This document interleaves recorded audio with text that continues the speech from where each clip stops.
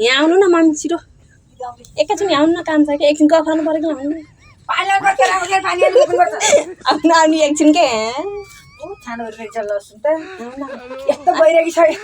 बुहारीलाई यत्रो दिनपछि भेट्न लिएर भइरहेकी मेरो मन चाहिँ राम्रै हुन राम्रै हुन निकाल्दै छु के गोरी होइजेछु के भन्न चाहनुहुन्छ त नि म धेरै पछि भेट भयो के भन्न चाहनी धेरै पछि भेट भयो राम्री भइछौ खुसी छु म शरीर राम्रो राम्रो फलोस् फुलोस् तिम्रो पढिदियोस् राम्रो देख्न पाइयोस् म तिमीलाई सर्फ के देख्ने के हुने हो त्यही हो मेरो छोरीको अरू के हुने त्यति हो अरू के भन्नु अरू के भन्दा खाइ भन्नु भन्नु के भन्नु त्यही हो त नि उन्नति प्रगति राम्रो देख्न पाइयोस् मेरो छोरा बुहारीको माया लाग्छ फलोस् फुलोस् माया लाग्दैन त नि कति लाग्छ छोराको लाग्छ नि मलाई राजा परमेश्वरको जति तिम्रो दुइटाको बराबर परमेश्वरको धेरै लाग्छ दुइटाको बराबर हो छोरीसम्मको छोरीसम्मको बुहारी हो अनि जस्तो छोरीले माया देख्थ्यो माया लाग्छ टाढा अलिक टाढा भयो नजिक भयो झन् कति माया लाग्दो माया नलागिदियो पनि मेरो छोरी लैदियो आलु मेरो छोरी लैदियो घिउ भने पठाउँछ माया नलाउने माया लाग्छ मेरो छोरीको भट्टै माया लाग्छ माया लाग्छ म बिहा आउँदा कस्तो थिएँ म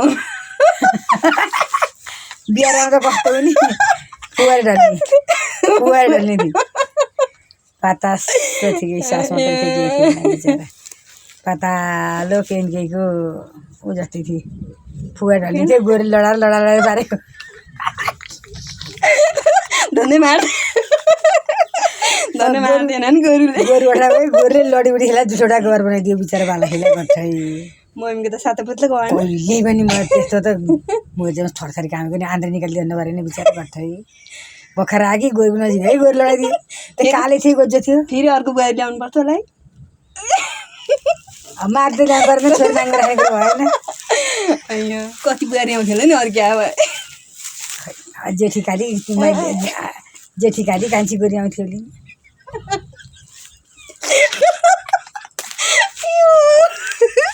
गोरी बुहारी आउँथ्यो भने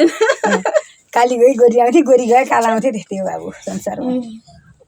केही छैन राम्रो छ मेरो छोराले राम्रोसँग गरे त्यो गरेर पनि घर लिए बसे म खुसी छु रमाइलो लाग्छ मेरो छोरीलाई ल म एखेर आउँछु जुन तल मिलाएर नि एखेर त बहिनी गरेर नि आउँछु टेन्सन नलिया आउँछु के म एखेर आउँछु म त्यहाँ त घर टन्न घुम केही नआए म बिहान आएर बेलुका फर्केर आउँछु क्या साँच्ची कि हो साँच्ची हो ल अब कपाल कोर्नु भएन कोरेको माइत गएको के को जम्मै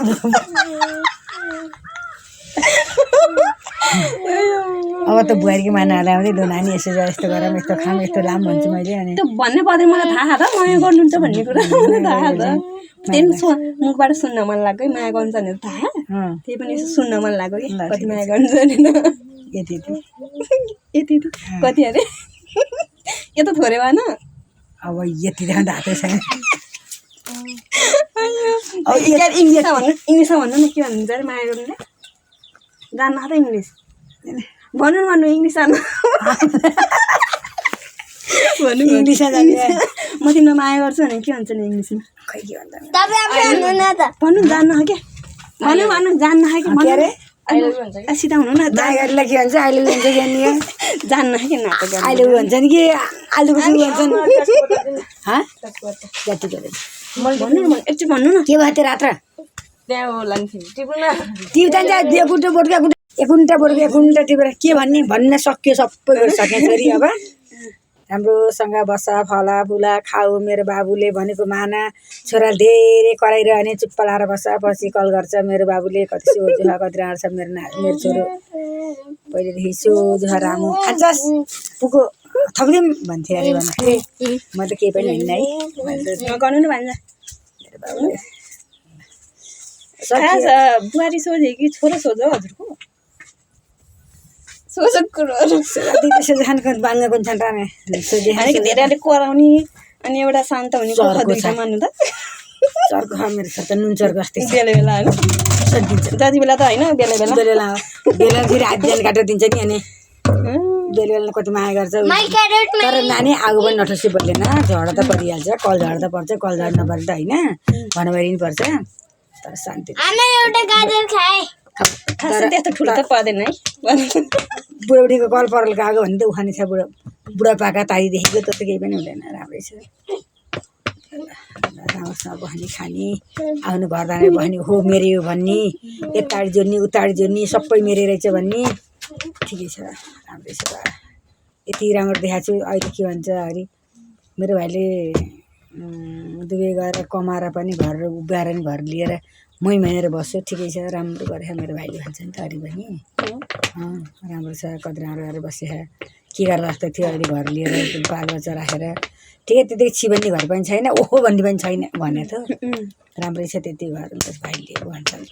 त्यही मान्छे भती त्यही भन्छ हरि त्यही मान्छे सरस्वती पहिला जङ्गल जङ्गल भन्थ्यो अहिले त मन परेको सबैलाई राम्रै छ ठिकै छ ल अरू छ भन्ने कुरा केही छैन राजा केही छैन म टिकटक बनाऊँ मम्मी हजुर म टिकटक बनाऊँ है यस्तो बउ लाग्छ कि अहिले त आउनु टिकटक बनाऊँ कि म कस्तो देख्यो भन्नु त पहिले सुन्दाखेरि